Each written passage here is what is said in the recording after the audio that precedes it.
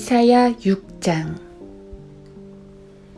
우시야 왕이 죽던 해에 내가 또 보았는데 주께서 높게 들린 보좌에 앉으시고 그의 옷자락은 성전을 가득 채웠더라.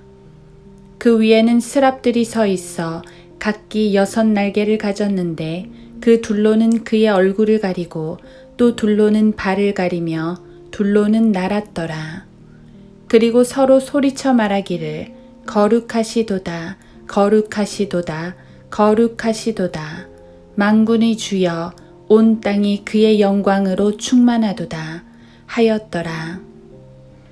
소리치는 자의 음성에 문의 기둥들이 흔들리고 그 집이 연기로 가득 찼더라. 그때 내가 말하기를 내게 화로다, 내가 끊어졌도다.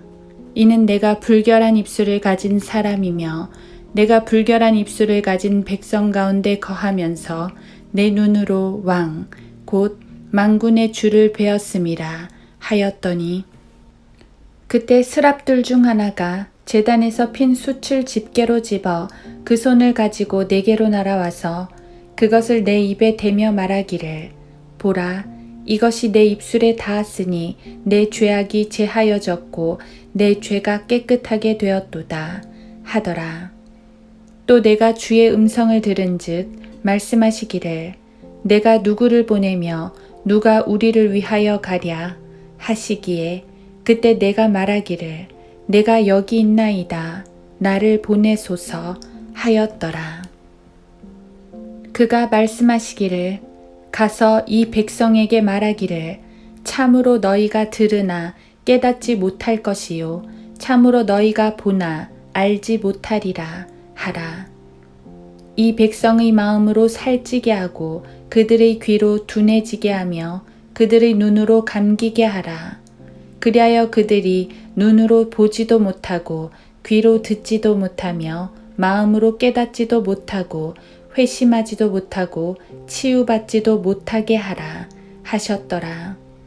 그때 내가 말씀드리기를 주여 언제까지니까 하니 그가 대답하시기를 성읍들은 거민 없이 황폐하게 되고 집들에는 사람이 없으며 땅이 완전히 황폐하게 되기까지요. 또 주가 사람들을 멀리 옮겨 그 땅 가운데에 완전히 버려짐이 있을 때까지니라. 그러나 그 안에 아직도 10분의 1이 있을 것이요. 그것이 돌아와서 먹힐 것이니 잎이 떨어져 줄기가 남아있는 보리나무와 상수리나무처럼 거룩한 씨도 그 줄기가 되리라 하셨더라.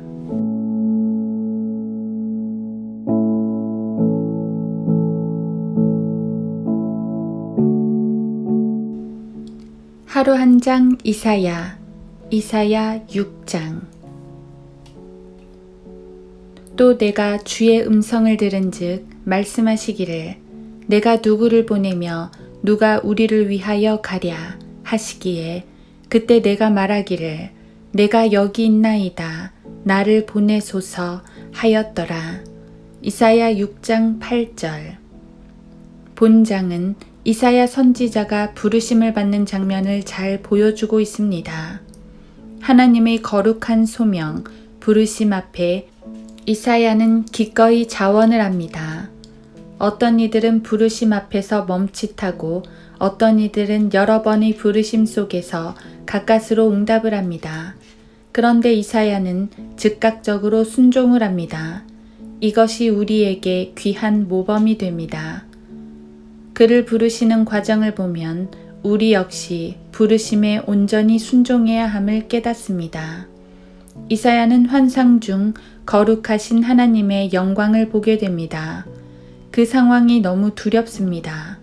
죄인으로서 감히 하나님 면전에 섰기 때문입니다.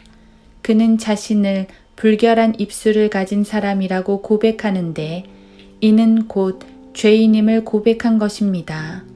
매우 정직한 고백입니다. 누구라도 하나님 앞에선 이렇게 고백해야 합니다. 겸손하게 자신의 죄인됨을 인정하는 사람은 하나님의 자비를 얻지만 그렇지 못한 사람은 자기 죄와 더불어 심판을 받게 됩니다. 이사야는 겸손하게 고백을 했고 하나님은 제단의 숯불로 그의 죄들을 없애주셨습니다. 신약 성도인 우리와는 방식이 다르지만 어쨌든 그는 용서를 받습니다. 핵심은 바로 여기에 있습니다. 하나님은 용서받은 그를 부르십니다. 하나님은 죄에서 구원받은 모든 성도들을 부르십니다. 물론 모두를 직접적인 사역자로 부르시는 건 아닙니다.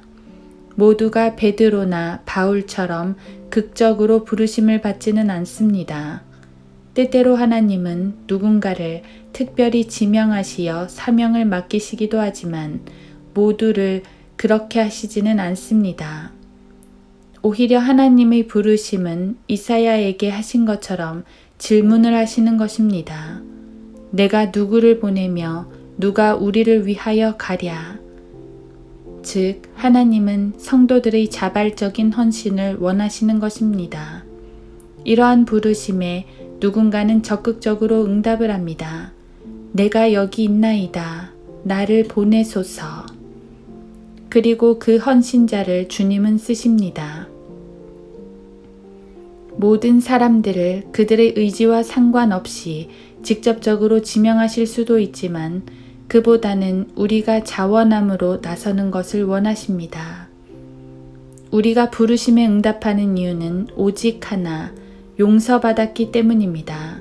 구원받았기 때문입니다. 하나님의 백성이 되었기 때문입니다. 구속받은 백성은 하나님의 거룩한 성도이므로 하나님의 거룩하신 뜻을 행해야 합니다. 예수 그리스도를 주님으로 부를 수 있게 되었기 때문에 주인의 일을 수행해야 합니다. 무엇보다 하나님의 크신 자비를 얻어 죄에서 구원을 받았으니 죄인들에게 그 구원을 전해야 합니다. 용서와 구원은 결코 나 혼자만 간직해야 할 비밀이 아닙니다. 그런 의미에서 구원받은 우리 모두는 부르심을 받은 자들이요 또 사명자들입니다. 우리가 해야 할 일은 이사야처럼 내가 여기 있나이다 하고 자원하는 것이지요. 이어지는 구절들을 보면 이 소명의 길은 그리 평탄하지는 않아 보입니다. 이사야는 하나님의 명령에 따라 백성들에게 나아가지만 그 배교한 백성들은 지속적으로 거절하기 때문입니다. 이사야는 거절받을 것을 전제로 전파했습니다. 지금도 마찬가지입니다. 아무리 복된 소식을 전해도 죄인들은 거절합니다. 이사야는 그래도 나아갔습니다. 우리도 나아갑니다. 우리를 부르신 주님이 친히 동행해 주시기 때문입니다.